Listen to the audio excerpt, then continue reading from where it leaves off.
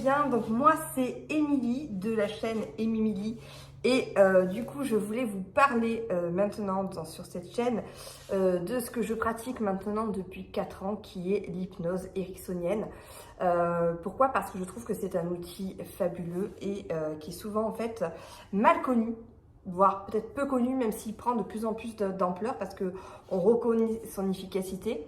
Alors ce qu'il faut savoir, c'est que quand je demande aux personnes que j'accompagne qu'est-ce que l'hypnose, on me dit eh bien c'est un truc où on me fait faire la poule, où on parle en dormant, ou etc.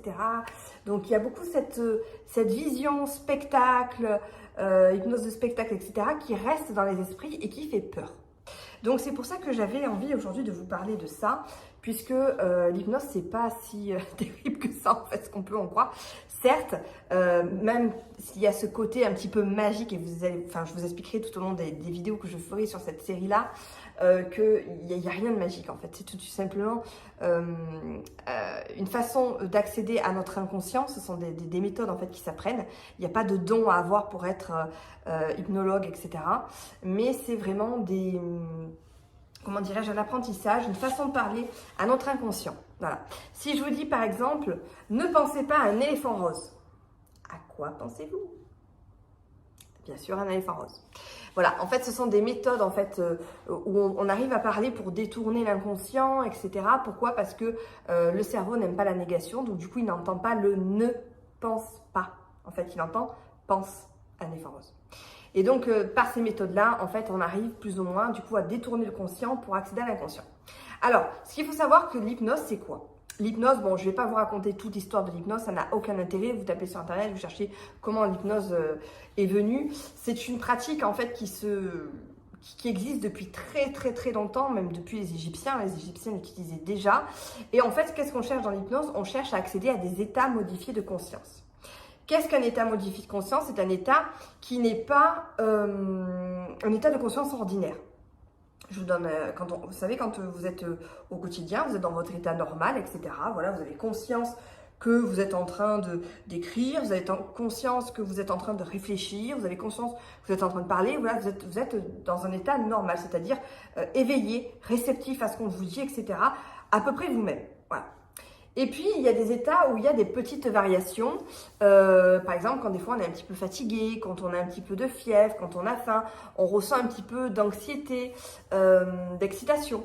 Et là, en fait, on commence à être un peu là, un peu pas là. On pense à ce qu'on a faim, ce qu'on va manger, on écoute, mais en même temps on n'écoute pas. Ou alors la personne nous parle et puis on est dans nos pensées parce qu'on est en train de se faire un film parce qu'on a une anxiété qui arrive. Et en fait, là, à ce moment-là, on commence à avoir accès à d'autres niveaux un petit peu plus profonds de nous-mêmes. Donc, notamment lors d'activités avec de la relaxation particulière. Je pense par exemple à des activités de loisirs, des activités créatives. Je ne sais pas si dans certains d'entre vous lisent, peignent, font du sport, etc. De la danse, de la peinture, de la musique, enfin peu importe. Dans ces activités-là, en fait, on est absorbé à l'intérieur de soi la plupart du temps. Et on est concentré sur quelque chose, en fait on focus sur quelque chose, on focus sur la note de musique, on focus sur ce qu'on est en train de peindre, on focus sur le geste qu'on est en train de faire, on focus sur notre objectif, enfin ça peut être diverses choses et du coup forcément quand on focus sur quelque chose, on élague un petit peu ce qui se passe autour. C'est-à-dire qu'on est tellement focus sur quelque chose qu'on ne voit plus trop ce qui se passe autour. Et en fait, c'est ce qu'on appelle un état modifié de conscience, alors léger, hein, on est là et en même temps on est ailleurs. Et il y a de nombreux états modifiés de conscience au quotidien que vous vivez quand vous conduisez en voiture. Je ne sais pas si vous est déjà arrivé de conduire et puis au bout d'un moment de vous dire en fait je suis déjà là mais je n'ai pas vu la route passer parce que vous étiez dans vos pensées. Pareil, lorsque du coup vous êtes en lecture immersive, vous êtes tellement absorbé par un livre que vous perdez toute la notion du temps. Vous ne remarquez plus ce qui se passe autour. Des fois, votre fils ou votre mari vient vous parler. Hein, qu'est-ce que tu as dit? Voilà. D'accord? Pareil, lors d'un visionnage d'un film aussi, on est tellement absorbé par le film qu'on ne sait même plus qui c'est qui est passé dans la pièce parce qu'on n'a même pas capté qu'elle a pris un paquet de scie ou peu importe tout ce qu'elle nous a dit. On l'entend. Vous savez, souvent les femmes, des fois, on voit des gags sur Internet où on voit les maris qui sont absorbés dans le foot et puis on voit les femmes qui sont là, qui essaient de les divertir, qui se mettent à poil, etc. Et en fait, ça ne fonctionne pas parce qu'ils sont tellement en truc qu'ils ne voient même pas la femme. Et bien ça fait partie d'un état modifié de conscience. Pareil aussi dans les films, vous pouvez ressentir les émotions, pourtant c'est que de la fiction en fait, vous n'êtes pas dans le film et pourtant il y a des films qui vous font pleurer, il y a des films qui vous font avoir peur, vous ressentez comme si vous étiez à l'intérieur. Et en fait, il y a aussi tous ces états méditatifs où on a des espèces d'états où on est un petit peu dans la relaxation, dans la rêverie, où on est dans la lune, vous savez quand on dit t'es dans la lune, t'es là, t'es pas là, etc. Et bien tout ça, ce sont des états modifiés de conscience. Voilà. Donc c'est un état qui est naturel. Vous voyez, tous les jours, en fait, on s'en rend pas compte, mais tous les jours, on est en hypnose. Et alors les enfants, ils sont en hypnose tout le temps. Pourquoi? Parce que les enfants, dès qu'ils rentrent dans leur jeu, ils sont tout le temps dans leur imaginaire. Ils sont toujours là et pas là. Ils sont avec vous, mais en même temps, ils sont dans l'histoire avec leur doudou, avec leurs petits poupées. Ils s'imaginent toujours plein de scénarios. Ils sont là et en même temps, ils sont dans leur imaginaire. Et en fait, c'est des états modifiés de conscience.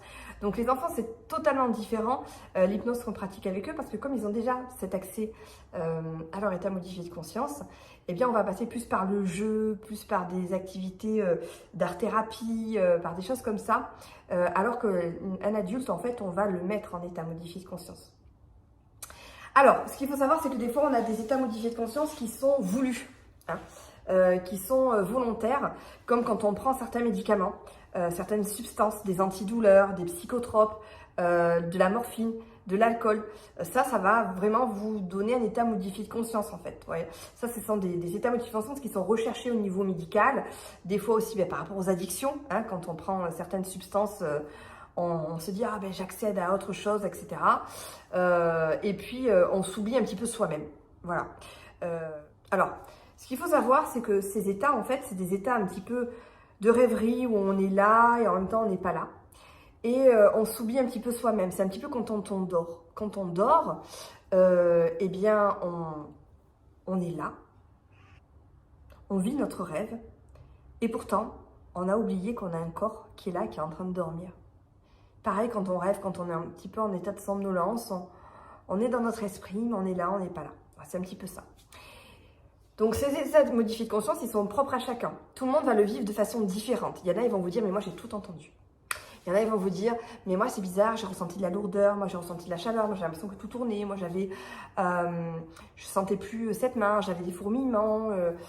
Ça peut être vraiment, enfin, c'est pas une personne qui a eu ça et qui veut dire que c'est comme ça qu'on va le vivre. Non, c'est complètement différent d'une personne à une autre. Moi, je vous donne un exemple. Moi, quand je pars en hypnose, j'ai l'impression que je suis sur un siège qui tourne, en fait. Je suis sur un siège qui tourne. C'est comme si j'étais en état d'apesanteur. Et puis je sens que j'ai les membres qui s'engourdissent, ça s'alourdit, etc. Et je sais que du coup je suis en état modifié de conscience. Donc c'est intéressant aussi de connaître ces états-là, qu'est-ce qu'on ressent, comment on le vit, etc. Parce que ça nous permet de savoir qu'on est en hypnose en fait. Et souvent on est là en se disant mais c'est ça, j'ai pas dit des choses que je voulais pas dire, j'ai pas fait la poule, j'ai pas fait le canard, etc. Et on se dit ça va marcher. En fait non, c'est parce qu'il faut reconnaître c'est vraiment ces transformations physiques. Donc ces états-là, on appelle ça des états de transe. D'accord? Ce qu'il faut savoir, c'est que depuis très longtemps, on a cherché ces états modifiés de conscience. Les prêtres des temples égyptiens, les chamans, les guérisseurs, les rituels basés sur la danse, les techniques d'hyperconcentration.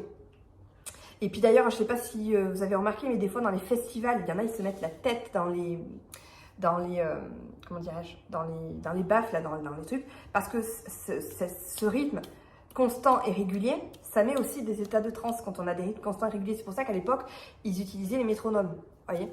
Donc tout ça, en fait, fait que ça fait des années, en fait, qu'on cherche les états modifiés de conscience. Mais pourquoi? Vous allez me poser la question, mais pourquoi? À quoi ça sert? C'est qu'il y a une utilité derrière. Parce que ces états, déjà, sont très agréables à vivre. Je ne sais pas si vous avez déjà essayé l'hypnose ericksonienne. Franchement, c'est hyper agréable à vivre. C'est un état où on est bien. Moi, la plupart des gens me disent, mais j'avais pas envie de sortir de ça. J'étais bien encore un petit peu. On est bien.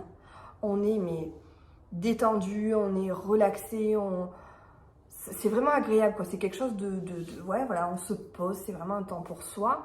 Et puis ça permet surtout de mieux comprendre nos fonctionnements, nos comportements inconscients pour agir sur nous-mêmes, pour pouvoir nous transformer, nous sublimer, sur des sujets que l'on rencontre dans notre vie, mais aussi explorer nos potentiels.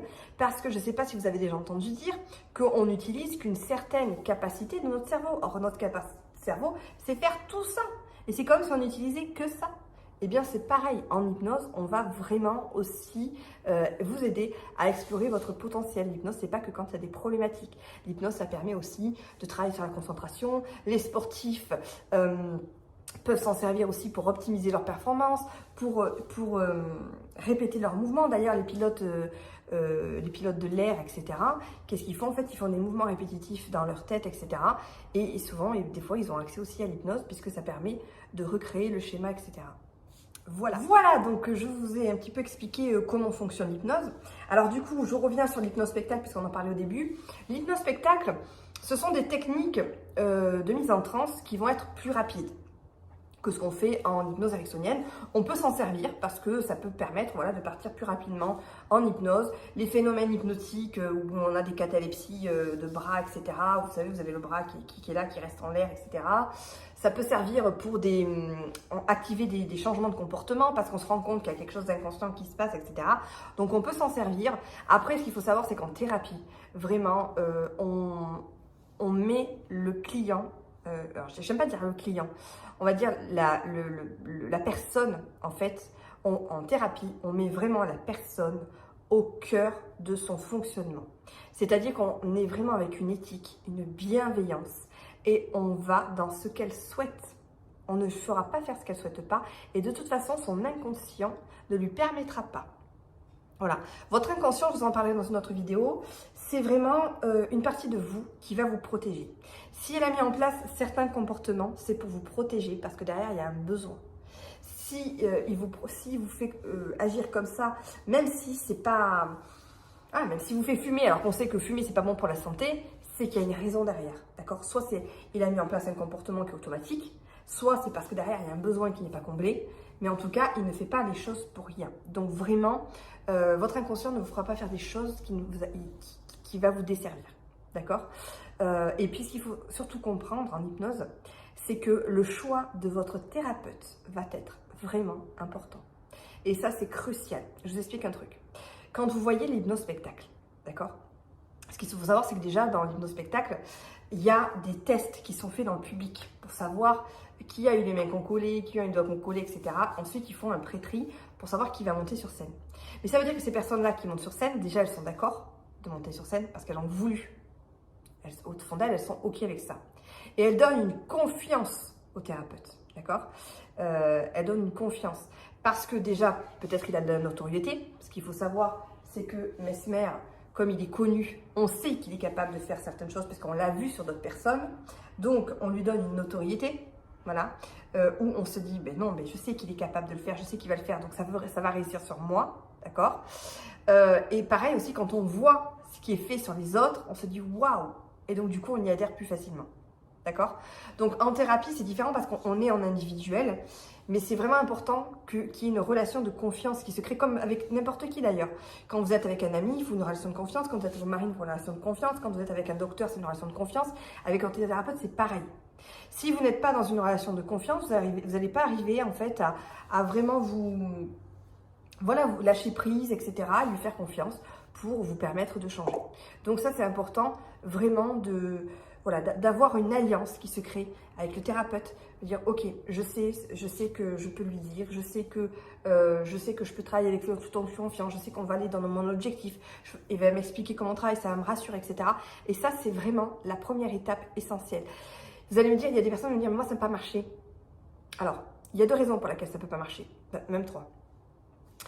La première, c'est que vous n'avez pas choisi le bon thérapeute. Peut-être que vous ne vous sentiez pas en relation de confiance. Donc, n'abandonnez pas, allez voir une autre personne. Moi, j'ai une personne qui m'a dit une fois, j'ai essayé d'arrêter de fumer, ça n'a pas marché. Je lui ai dit, va voir quelqu'un d'autre. Alors, je n'ai pas fait parce que c'est une personne de ma famille. Et une personne de ma famille, je préfère pas faire parce que je vous expliquerai après pourquoi. Donc, forcément, eh bien, le téléphone de personne m'a dit, bah oui, mais là, c'est bon, ça a marché. Voilà. Parce que la première qui est allée le voir, il n'y a pas eu ce feeling. Il n'y a pas eu cette mise en confiance. Ensuite, il peut y avoir un bénéfice secondaire, c'est-à-dire ce qu'on appelle nous un frein. Pourquoi je ne change pas? Il y a une raison derrière. Il y a des personnes, des fois, elles se disent, mais moi, je voudrais ne plus avoir mal à tel endroit, je voudrais changer sur ce comportement-là, etc. Ok. Si vous avez plus ça demain, qu'est-ce que ça va changer dans votre vie? Ah ouais, mais si j'ai plus mal, si je souffre plus, si je me plains plus. Alors, je dirais pas si j'ai plus mal parce que... Alors, la deuxième chose, c'est qu'il peut y avoir un bénéfice secondaire, un frein. Je vous explique. Une personne qui va dire, ouais, mais moi, si demain, j'ai plus ce comportement, ça va changer quoi? Je vais lui poser, ça va changer quoi si vous avez plus ce comportement? Alors, il peut y avoir aussi une deuxième raison, c'est ce qu'on appelle le bénéfice secondaire. À quoi ça me sert d'avoir ce comportement? Est-ce que si je l'enlève, il va y avoir des conséquences? Il y a des personnes, si je leur dis, si je vous enlève ça, que vous n'avez plus ce comportement-là, que ça change, qu'est-ce que vous perdez? Qu'est-ce que ça va changer? Ah ouais, mais du coup, si je vais mieux, mes enfants, ils vont plus passer me voir. Voilà, ça c'est un bénéfice secondaire. Donc inconsciemment, des fois on ne s'en rend pas compte, il y a des bénéfices qui font que le symptôme est toujours là parce qu'il répond à un bénéfice. D'accord? Et la troisième raison, c'est que il n'y a pas forcément la cause qui a été travaillée. Il y a des thérapeutes qui vont travailler sur le symptôme et il y a des thérapeutes qui vont travailler sur la cause. C'est un petit peu comme en médecine classique et en médecine fonctionnelle. Je ne sais pas si vous connaissez un petit peu la naturopathie et voilà. On va prendre un médicament pour apaiser la douleur. D'accord? Quand on va voir un médecin, on va nous donner une ordonnance, il va apaiser la douleur. Si on cherche d'où vient cette douleur, qu'on cherche au... Voilà, si j'ai mal, je sais pas, admettons, voilà, j'ai mal à la main, d'accord? J'ai mal là, j'ai une douleur, ça me lance, etc. Bon, on va me donner un cachet. Ça va passer. Au bout d'un moment, ma main, je vais encore avoir mal. Sauf que si je n'ai pas cherché l'origine de pourquoi j'ai mal à la main, forcément, à un moment donné, ça revient. C'est comme quand on travaille sur le symptôme. Quand on va travailler sur le symptôme, si en hypnose, on va me dire j'arrête de fumer. Ok, bon ben voilà, je fais 2-3 séances, j'arrête de fumer. Voilà. Pendant un moment, vous avez arrêté de fumer. Après, ça va revenir. Pourquoi? Parce que la cause de pourquoi vous avez fumé, elle n'a pas été trouvée. Il y a une raison à ça. Si dessous j'ai un clou et que j'ai pas vu qu'il y avait un clou, ben j'aurai toujours mal à la main. Et ça risque même de s'infecter. Et ça risque même, si je tape sur autre chose, de faire mal ailleurs. Vous voyez ce que je veux dire? Donc c'est ça en fait, c'est un petit peu grossier ce que je vous fais, mais c'est aussi voilà la façon dont on travaille. Moi je vais travailler sur la cause profonde. Pourquoi vous en êtes venu à fumer? Pourquoi vous en êtes venu, pourquoi vous êtes mal aujourd'hui dans votre vie? Qu'est-ce qui s'est passé? Comment vous avez grandi? Qu'est-ce que vous avez entendu? Comment vous êtes construit? C'est des choses comme ça. Voilà, donc je reviens parce que j'ai un petit peu de digression. Je reviens sur une digression. Du coup, ce qui est important en hypnose, du coup, c'est de vraiment comprendre que votre inconscient est là pour vous protéger. En hypnose spectacle, c'est sûr que ça fait peur. Voilà, on vous montre qu'en hypnose spectacle, on vous montre qu'il y a quelque chose qui se passe au niveau inconscient, qu'on peut agir sur quelque chose qui ne tient pas de nous-mêmes. Il y a beaucoup de personnes qui me disent, non mais moi, je préfère résister. Moi j'ai pas confiance, je lâche pas prise, etc. Et quand elle voit quand on fait des phénomènes hypnotiques, elle voit qu'effectivement les mains elles restent collées et que malgré tout, elle se dit mais elles en sont conscientes, mais qu'est-ce qui s'est passé? On se rend compte qu'il y a une partie de nous-mêmes qui nous contrôle. Donc finalement, ce qu'on croit contrôler, on se rend compte qu'on ne le contrôle pas. Il y a des choses qui font qu'on a des automatismes, qu'on a notre inconscient fait pour nous. Donc on accède à cet automatisme. Voilà, j'espère que ça vous a un petit peu démystifié l'hypnose, ça vous a un petit peu rassuré, parce que franchement, il n'y a rien de méchant dans l'hypnose. C'est juste apprendre à se connaître, retrouver qui on est intérieurement pour pouvoir accéder à des choses et à des potentiels merveilleux. Allez, je vous donne rendez-vous dans de prochaines vidéos.